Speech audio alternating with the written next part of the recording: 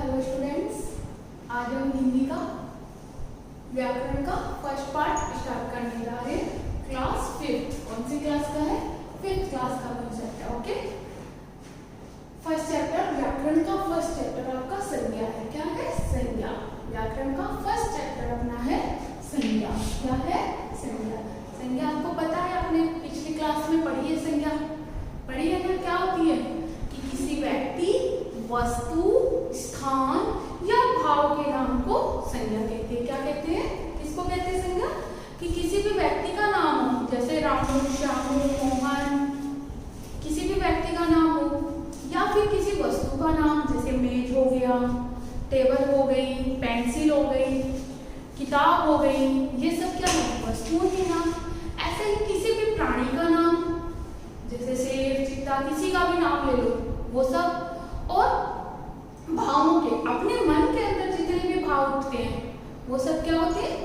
संज्ञा कहलाती है। अब मन के भाव कौन से होते हैं? जैसे मान लो आपकी मम्मा मार्केट गई है और आपके लिए क्या लाई? चॉकलेट लेके आई। अब आपको चॉकलेट देख के क्या हुआ? खुशी अनुभव हुई ना, कि मन में खुशी हुई कि मम्मा हमें चॉकलेट ला के दी, तो वो आपके खुश होने का भाव हुआ ना। और ऐसे ही मार्केट गई, आपको नहीं लेके गई, तो आप क्या किए? रोए। रोए तो आपके मन में कौन सा भाव आया? दुख वाला भाव हुआ या नहीं? या फिर मान लो आपने कोई भी गंदी चीज देख ली हो, गंदा कुछ भी देख लिया हो, तो आप क्या करोगे? छी, कितना गंदा, बोलोगे? बोलोगे ना? तो वो क्या हुआ? घृणा वाला भाव हुआ। तो ये जो अपने मन के अंदर जितने भी भाव होते हैं वो क्या होते हैं? भाव बनाते हैं। तो संज्ञा की परिभाषा क्या होती है? कि किसी भी व्यक्ति का नाम, किसी वस्तु का नाम, किसी स्थान का नाम या फिर भाव को संज्ञा कहते हैं। अब स्थान के नाम में आप ले लीजिए, जैसे जयपुर ले लो, दिल्ली ले लो, आगरा ले लो, ये सब क्या है? स्थान ही तो है। जैसे मंदिर हो गई, हॉस्पिटल हो गया, स्कूल हो गई, ये सब क्या है? स्थान ही। तो इन सब के नाम को क्या बोलते हैं? संज्ञा बोलते हैं। और फिर संज्ञा के कितने प्रकार होते हैं आपको पता है? 3 प्रकार की संज्ञाएं होती है। एक होती है व्यक्तिवाचक संज्ञा, दूसरी होती है भाववाचक संज्ञा, और तीसरी होती है जातिवाचक संज्ञा। तो सबसे पहले हम संज्ञा की परिभाषा को रिवाइज करते हैं एक बार। देखो क्या होती है संज्ञा की? कि किसी प्राणी,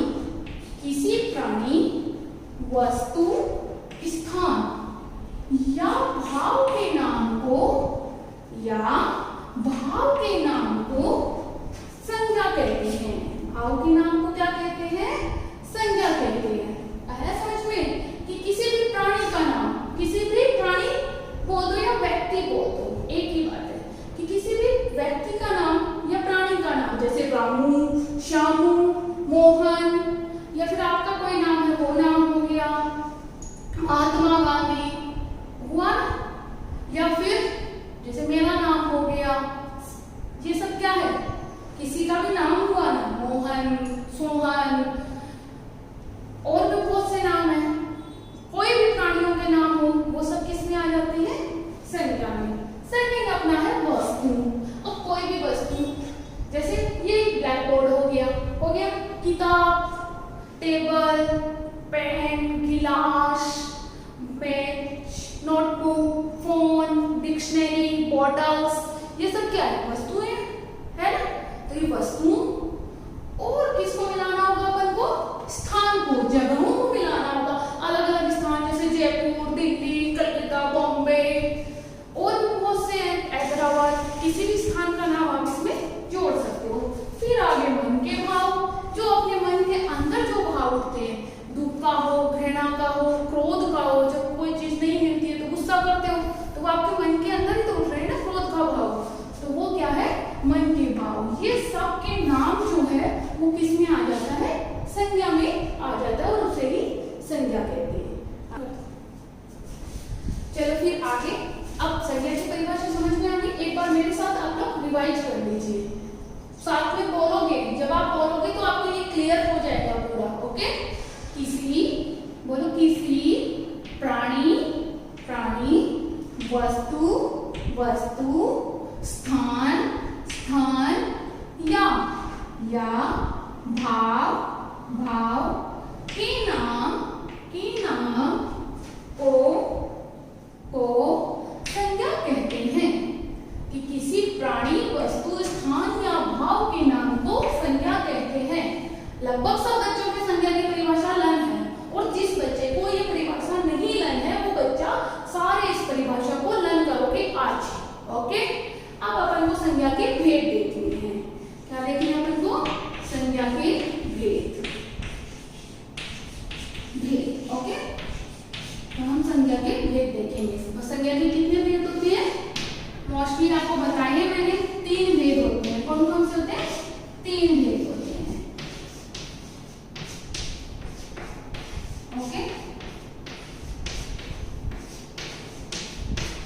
संज्ञा की 3 भेद में सबसे पहले होता है व्यक्तिवाचक संज्ञा। कौन सा होता है? व्यक्तिवाचक।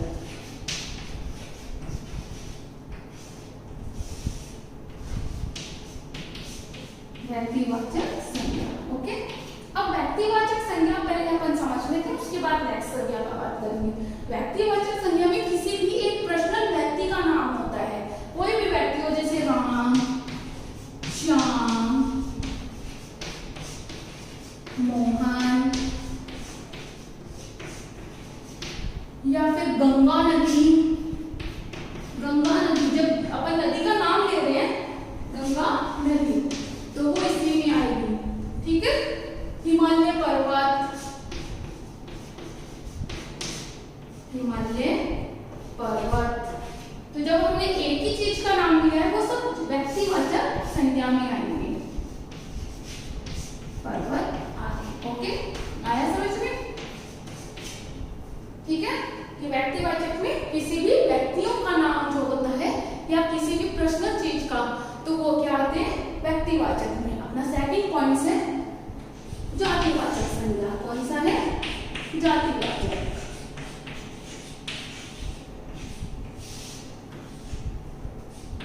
जातिवाचक, सॉरी दियावाचक में पहले जातिवाचक संज्ञा। ओके, अब जातिवाचक में किसी भी जाति या समूह का बोध करवाया जाता है। जैसे किसी भी, अब बालक बोला हमें, मोहन बोल दिया तो वो व्यक्तिवाचक में आएगा।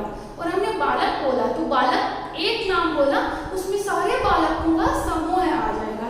छात्राएं यहाँ बैठेगी और बालक इधर बैठेंगे, तो उसमें क्या हुआ? छात्राओं का समूह इस साइड में आ जाएगा। आया समझ में?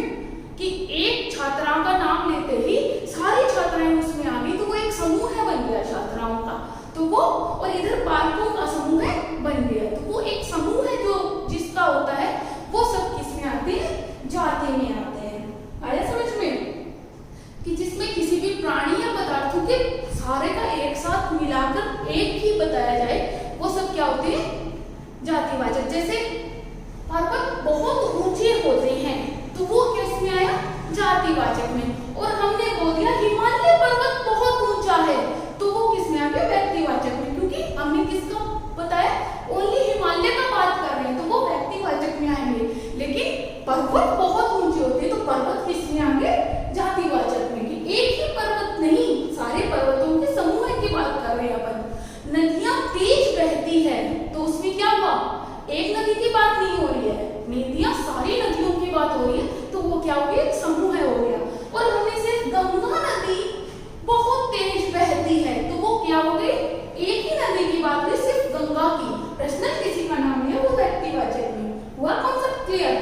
कि जातिवाचक में किसी भी चीज के समूह का बोध कराया जाता है, और व्यक्तिवाचक में किसी एक इंसान या एक प्राणी का नाम लिया जाता है, वो होता है व्यक्तिवाचक। आ गया?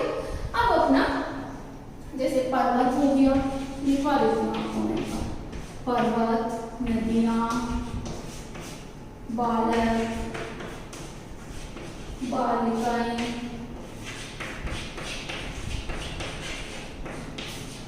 इन सब में क्या हुआ? सारी चीजों का एक साथ, जैसे बालिकाएं बोलेंगे तो सारी बालिकाएं आ जाएगी उसमें, और बालक बोलेंगे तो सारे बालक आ जाएंगे, तो वो समूह का बोध हुआ, वो जातिवाचक में आता है। अब अपना थर्ड पॉइंट आएगा भाववाचक संज्ञा। अब भाववाचक संज्ञा आपको मैं यहाँ जो आपको दिखाई नहीं देगी, यहाँ डाल रही हूँ भाववाचक। Third number भाववाचक।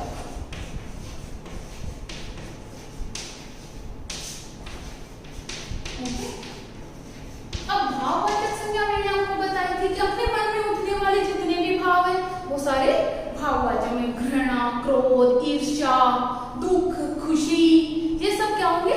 भाववाचक संज्ञा में। अपने मन में क्या होते हैं? जैसे अपन को क्रोध आ गया किसी को, तो ये अपने मन का एक भाव ही तो है। दुख होना, दुखी हो जाते हैं हमें, तो दुखी होना, खुश होना आदि सारे क्या है? भाववाचक संज्ञा। Okay, clear? अब जो आप अपना जो व्याकरण की बुक जो है उसका फर्स्ट चैप्टर ओपन करो, पेज नंबर 5 ओपन करके मैं रीड कर रही हूँ, आप मेरे साथ में उसमें पढ़ते देखोगे। जब आप भी ओपन कर लो, मैं मेरी बुक तो आप लोग क्लियर हो जाएगा। ओके, संज्ञा। सबसे पहले संज्ञा की परिभाषा दी गई है, किसी प्राणी, वस्तु, स्थान या भाव के नाम को संज्ञा कहते हैं। ओपन हो गई ना सबकी? हाँ, तो इसमें ध्यान दो कि किसी प्राणी, वस्तु, स्थान या भाव के नाम को संज्ञा कहते हैं। अब देखो प्राणी जैसे मोहन, हाथी, मनुष्य, स्त्री, घोड़ा आदि, ये सब मैंने बताया, ये सब आ गए। फिर वस्तुएं जैसे कलम, मेज, पुस्तक, कुर्सी, दवात आदि सारी वस्तुओं के नाम आ गए। स्थान जैसे जयपुर, गांव, नगर, दिल्ली, जोधपुर आदि आदि करके सारे। अब भाव मिठास, गर्मी, दया, क्रोध, बचपन आदि, ये सब क्या है? मन के भाव हैं। फिर संज्ञा के प्रकार। संज्ञा के 3 प्रकार की संज्ञा होती है। पहली है व्यक्तिवाचक संज्ञा।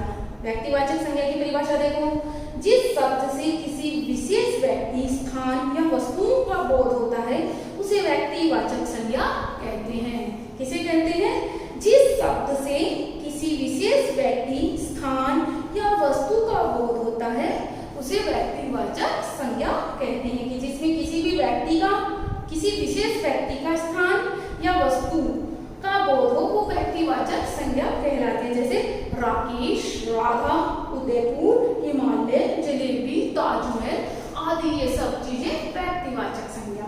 अब अपना नेक्स्ट है जातिवाचक संज्ञा। जिस शब्द से किसी जाति के सभी प्राणियों की, जिस शब्द से किसी जाति के सभी प्राणियों या पदार्थों का बोध हो उसे जातिवाचक संज्ञा कहते हैं। कि किसी भी जाति के सभी प्राणियों या पदार्थों का बोध हो वो सब क्या होते हैं? जातिवाचक संज्ञा कहलाते हैं। जैसे लड़का, पर्वत, नदी, पुस्तक, फल, पशु, मिठाई आदि, ये सब क्या है? एक समूह का बोध करा रहे हैं। पदार्थ भी है इसमें। जैसे मिठाई बोलेंगे तो आप सारी मिठाइयों का होगा। रसगुल्ला बोला तो सिर्फ एक रसगुल्ले का नाम आएगा, वो जो व्यक्तिवाचक में आएगा। लेकिन मिठाई बोला है तो सारी मिठाइयों का आपके सामने आ गया कि सारी कितनी मस्त मिठाइयां है ना? तो वो आएगा पदार्थ में और वो जातिवाचक संज्ञा है। अब अपना नेक्स्ट है भाववाचक संज्ञा। कि जिस शब्द से किसी प्राणी या पदार्थ के भाव, गुण, स्वभाव का बोध हो। कि किसी भी शब्द से किसी प्राणी या पदार्थ के भाव, गुण, दोष आदियों का वर्णन हो वो सब क्या होती है? भाववाचक संज्ञा कहलाती है। जैसे वीरता, बचपन। अब सैनिकों की वीरता होती है तो उनका भाव ही तो है, मन का भाव है ना, उनमें वीरता का भाव था। फिर बचपन, आप लोगों का बचपन है तो वो आपके मन का भाव ही तो है। फिर मिठास, खुशी, क्रोध, प्रेम आदि सारे क्या है? भाववाचक संज्ञा। आई समझ में सारा? अब आप लोग इसको पूरी को रिवाइज करोगे। तीनों परिभाषा, चारों परिभाषा, संज्ञा की परिभाषा, व्यक्तिवाचक की, जातिवाचक और भाववाचक, जिनके नहीं लर्न है वो तीनों को, चारों को लर्न करोगे। लर्न करने के बाद आप फर्स्ट क्वेश्चन बोलोगे संज्ञा किसे कहते हैं? उदाहरण से लिखिए, पीछे से देख के कोई भी संज्ञा को नहीं लिखेगा, अपने आप लर्न करोगे। उसके बाद यहाँ पे आप आंसर डालोगे संज्ञा किसे कहते हैं और उसका उदाहरण सहित बताना है। ठीक है? फिर संज्ञा के कितने भेद होते हैं और प्रत्येक के 2-2 उदाहरण देने हैं। कि संज्ञा के कितने भेद है, पीछे से बिल्कुल नहीं देखना है आपको, पहले समझना है पीछे वाला और उसके बाद अपने आप करने हैं क्वेश्चन आंसर। तो आपको संज्ञा पूरी क्लियर हो जाएगी। उसमें आपको भेद जितने वो बता देना, उस तीनों के आपको 2-2 उदाहरण लिख दोगे। ओके स्टूडेंट्स, आज के लिए इतना। Thank you. बाकी हम कल की क्लास सेकंड पार्ट जो बनाएंगे उसमें करेंगे। Okay, thank you. For more updates, search on YouTube RP Dular Shikshan Sansthan. Please subscribe the channel and press bell icon.